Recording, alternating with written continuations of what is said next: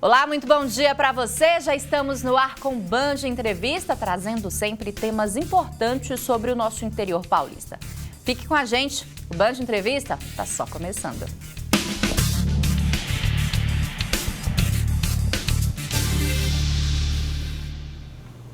E hoje recebemos no Band Entrevista Maria Heloísa da Silva Cuvolo, diretora executiva do Consórcio Intermunicipal do Oeste Paulista, o CIOP.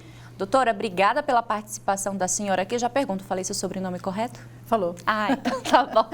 Vamos lá então bater um papo, falar sobre o CIOP, né? Como eu disse, o Consórcio Intermunicipal do Oeste Paulista. Explica para o pessoal que está em casa o que é o CIOP. Bom dia. Bom dia. É um prazer estar aqui. O CIOP agradece o convite. O CIOP é uma associação pública. Nessa associação estão reunidos hoje 27 municípios e a nossa natureza jurídica é de autarquia. Então, a partir do momento que o município adere, se torna consorciado, ele ratifica o protocolo de intenções do CIOP.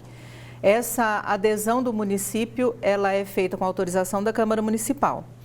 Autorizado pela Câmara Municipal e aprovado na Assembleia Geral de Prefeitos, esse município passa a ter o CIOP como um órgão da sua administração indireta. Então, nós fazemos parte da administração dos municípios que são consorciados. Nós seguimos as regras de direito público, prestamos contas ao Tribunal de Contas, todas as regras de contabilidade pública, todos os níveis de fiscalização que os municípios consorciados recebem, nós também recebemos, com alguma diferença em relação aos nossos funcionários, que são empregados públicos e que, por força de lei, têm que ser regidos pela CLT. E o consórcio, a constituição dos consórcios públicos, ela é prevista na Constituição Federal, como uma ferramenta, um órgão que segue todas as regras da administração pública e os princípios da moralidade, publicidade, transparência, impessoalidade. E o município se vale do CIOP para poder executar suas tarefas mais essenciais. Porque o CIOP pode executar programas, projetos, o CIOP pode fornecer funcionários e serviços de toda a natureza, com alguma agilidade, um pouco melhor que os municípios, mas sempre nessa linha de um serviço público no interesse da administração. E o principal objetivo é que os municípios consorciados de pequeno porte possam ter acesso a serviços, projetos que sozinhos não conseguiriam. E essa cultura do exercício, da reunião de entes públicos de forma consorciada, ela tem esse objetivo de facilitar para aqueles que eventualmente não tenham recursos administrativos e até financeiros. E como é que funciona? A senhora disse que são 27 municípios hoje, né? O município, ele entra em contato ou vocês que fazem esse convite? Como é que funciona essa parceria? Qualquer município se interessando pode aderir. Nós procuramos estar em contato com os municípios, esclarecendo o que é o CIOP, como ele pode auxiliar na administração. Nesse último mandado, nós tivemos a adesão de 2 municípios, Quatá e Estrela do Norte. Estrela do Norte. E qualquer município pode se associar. Nós informamos quais as regras, os valores da taxa de rateio, encaminhamos toda a documentação e aí o executivo passa para a Câmara Municipal e, havendo interesse, sendo aprovado na Câmara, ele faz adesão.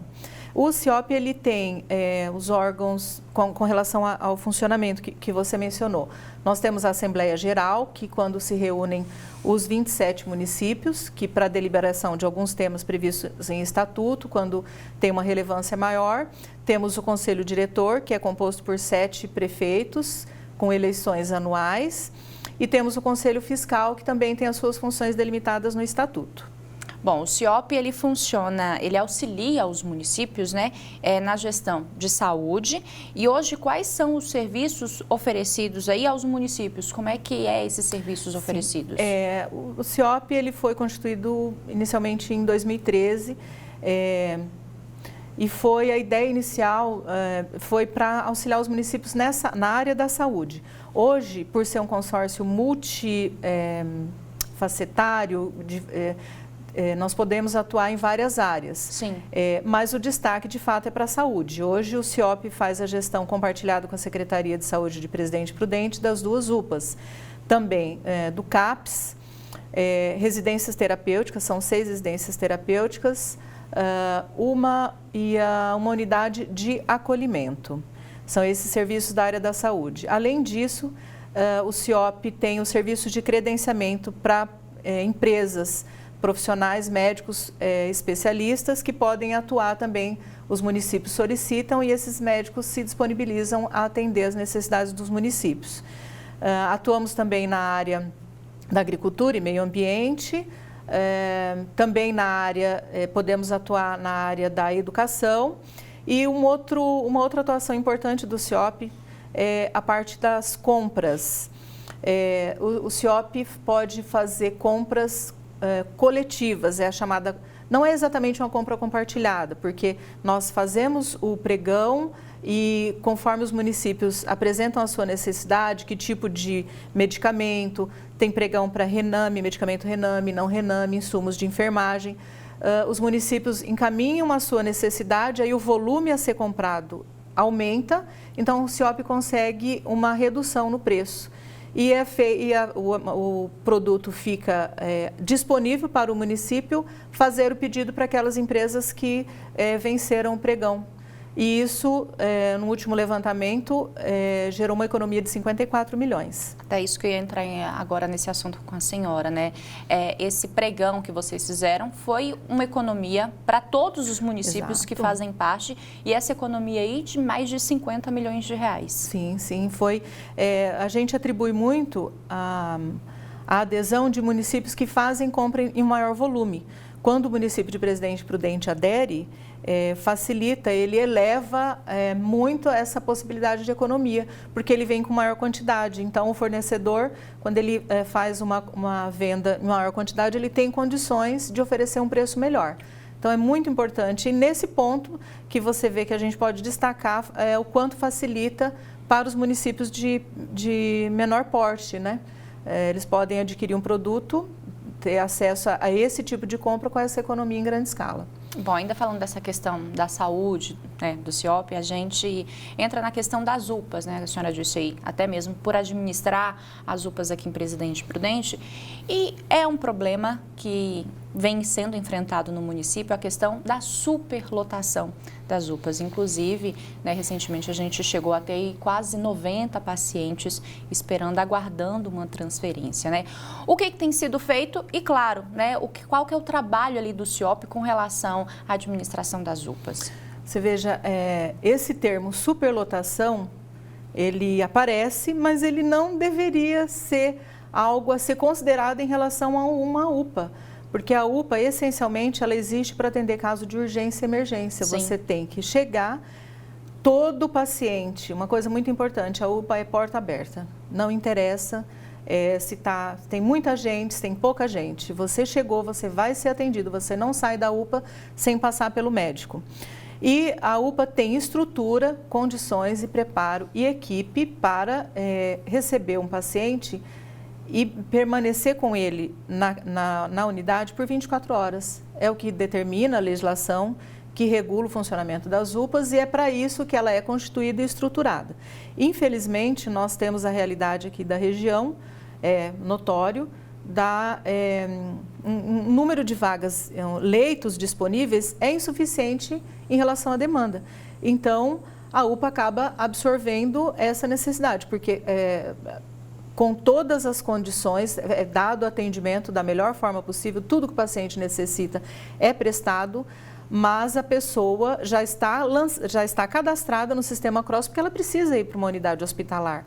Né? Então, o que a gente faz é tentar estruturar as nossas equipes, melhorar e dar o melhor possível de cada profissional que tem lá dentro, de toda a equipe. Né? E deixar claro, e essa é uma oportunidade importante que a gente tem de tratar dessa insuficiência de leitos na nossa região. não querendo procurar um culpado, mas então seria de responsabilidade então do Estado abrir mais leitos nos hospitais para que vocês fizessem esse encaminhamento? Seria isso? A todo momento, quando esse assunto é levado para as autoridades, nós temos a informação que a situação está sendo acompanhada e tem sido feitas gestões para melhoria, né? Eu creio que essas gestões têm que ser no sentido de aumentar o número de vagas, né, em hospitais. Tem que haver esse tipo de gestão. E o serviço da UPA não é o adequado. O serviço prestado pela Secretaria Municipal de Saúde através da UPA não consegue atender esse número de vagas. Maria, eu vou pedir uma licencinha para a senhora para a gente fazer uma pausa aqui. O tempo da gente tomar água, a gente já volta, tá bom? A gente dá uma pausa aqui no nosso bate-papo e voltamos bem rapidinho.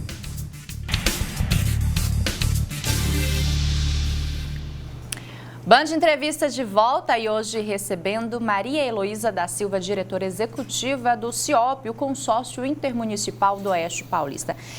Maria, a gente estava falando agora há pouco da questão das UPAs, né? Uma outra situação um pouquinho chata foi com relação à Cidade da Criança, que hoje é administrada pelo CIOP. Queria que você falasse um pouquinho da situação hoje da Cidade da Criança. Sim.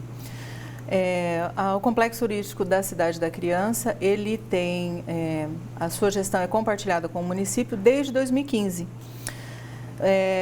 E em 2022, agora, dia 31 de janeiro, foi renovado o contrato de gestão compartilhada do Complexo Turístico. Esse contrato ele veio menor, porque o parque aquático não está sob a gestão, no seu funcionamento pleno, não está sob a gestão do CIOP. Atualmente o complexo turístico está funcionando, exceto com relação ao parque aquático, mas desde agosto do ano passado já está aberta a visitação, atendendo toda a população. Inclusive vários eventos já foram realizados no ano passado, eu me lembro da própria corrida noturna, que foi realizada lá, né? E então, o parque, exceto com relação ao parque aquático. E, de fato, é o que chama a atenção, né?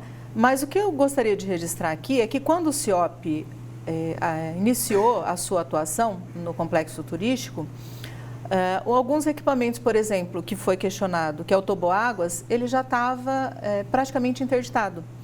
O próprio CIOP levantou as suas condições e recomendou a interdição. Também tem a questão de uma outra atração do parque aquático, que é o Rio Lento.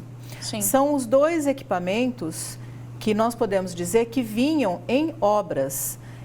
Exceto esses dois equipamentos, o Parque Aquático, o Complexo Turístico da Cidade da Criança, recebeu a população no ano de 2020, me corrige. Foi quando começou a pandemia, né? O carnaval Março foi de realizado 2020. lá, né? O carnaval foi realizado lá, o Parque Aquático em pleno funcionamento. Então, no nosso entendimento, né, com todo respeito ao posicionamento dos nobres vereadores, ele não está em situação, nunca esteve em situação de abandono, porque ele atendeu a população até antes da pandemia. E a pandemia, notório, é óbvio que houve a necessidade de interromper as atividades. Foram interrompidas as atividades, a gestão pública, o município enxergou a necessidade de destinar e priorizar recursos para a área da saúde, para atendimento à população. Até pelo momento que a gente vivia. De fato, eu creio que uma posição diferente é que deveria ser questionada, não essa de direcionar recursos para a área da saúde. E os equipamentos que não vinham em funcionamento são esses. O toboáguas, ele foi objeto de licitação para reforma. No processo licitatório, o entendimento, o setor técnico do CIOP entendeu que uma empresa não atendia as condições técnicas exigidas. A empresa, não se conformando com essa decisão, foi à Justiça e essa licitação acabou ficando suspensa até agosto de 2021. E deveria ter sido, então, o processo normal ser iniciado, um outro processo licitatório, mas aí tem que haver a programação de verba, reserva orçamentária, tudo dependendo da disponibilidade financeira do município. Mas a gente ainda estava dentro da pandemia, agosto de 2021. Hoje o Parque Aquático está sob quem que é a responsabilidade? O Parque Aquático ainda não tem é do município. do município, mas ele não está em funcionamento. Estão sendo envidados esforços, não tá havendo a receber da população, mas há um esforço da Secretaria de Turismo para poder reabrir, colocar em condições de ser reaberto. O outro equipamento que nós entendemos que foi o alvo desse questionamento é com relação ao Rio Lento, porque as imagens feitas lá dá a impressão de não ter sido feita nenhum tipo de manutenção. A obra que foi feita lá de pintura, de reconstrução, no entendimento do CIOP, não foi realizada a contento. E isso foi levado à justiça pelo CIOP. E esse processo já teve uma perícia judicial e já foi objeto de sentença. Então, são questões que atingem a administração e que fogem do nosso controle, que é uma demanda judicial envolvendo duas obras importantes. E ambas no sentido de buscar a melhor prestação de serviço e respeito ao dinheiro público que é investido ali. Até porque é um local que atraía muita gente. Sim, né? sim. E mexia com a economia da cidade. Sem dúvida, sem dúvida. É um equipamento que atende toda a região, né? A população tem acesso, mas nós vimos aí, que eu creio que a gente sente essa demanda, a sociedade tem tem posições no sentido que ele deve ser passado para a administração, para a iniciativa privada. Eu creio que todos os envolvidos nessa questão sempre vão estar buscando o melhor para atender a população e também com respeito à verba pública, né, o dinheiro público. Bom, vamos falar um pouquinho então de meio ambiente, porque recentemente, né, o CIOP lançou o programa Triturador de Resíduos da Construção Civil. Explica para a gente um pouquinho como é que funciona, porque a gente sabe que é um problema hoje, né, enfrentado por muitas cidades, que é essa forma de descartar aí e descartar de maneira correta esses resíduos da construção civil. Sim, o CIOP ele adquiriu por meio de um convênio com o governo federal, uma usina móvel de trituração de resíduos da construção civil. E essa usina está em pleno funcionamento, está à disposição dos municípios consorciados. Para funcionamento e execução do trabalho dessa usina é feito um orçamento do seu custo e esse valor de orçamento é dividido entre os municípios interessados. Então, é feito um rateio das despesas. O município tendo interesse, ele adere ao que nós chamamos de um contrato de programa e a máquina fica à disposição do município. Então, já está à disposição dos municípios para funcionamento. E essa máquina vai até o município, ela não fica em um determinado local? Ela pode ir até os municípios, desde que eles tenham o local adequado para que ela trabalhe, porque é um equipamento muito grande, é um problema, eu creio que ele não possa circular numa avenida, nas ruas da cidade, ele tem que sempre circular em vicinais e rodovias, porque é muito grande, e ele tem que estar colocado num local próprio, preparado, para que ele possa receber resíduos da construção civil. Então, você vai ter ali trabalhando o equipamento em si, caminhões, caçambas, então, estruturas muito grandes, volumosas, pesadas, então tem que haver todo esse preparo. E esse equipamento hoje ele se encontra onde? Atualmente ele está no recinto próprio aqui de Presidente Prudente para trituração, tá? Mas ele já está à disposição dos municípios. Tem um projeto também que é mantido pelo CIOP que oferece acolhimento e abrigo para as mulheres que são vítimas de violência doméstica. Inclusive, Agosto Lilás é lembrado justamente aí por conta da Lei Maria da Penha, né, por conta dessa questão da violência. E eu queria que vocês falassem um pouquinho, que a senhora falasse um pouquinho sobre o projeto Casa Abrigo, né, que dá suporte, que dá apoio para essas mulheres, inclusive também para os filhos dela. Sim.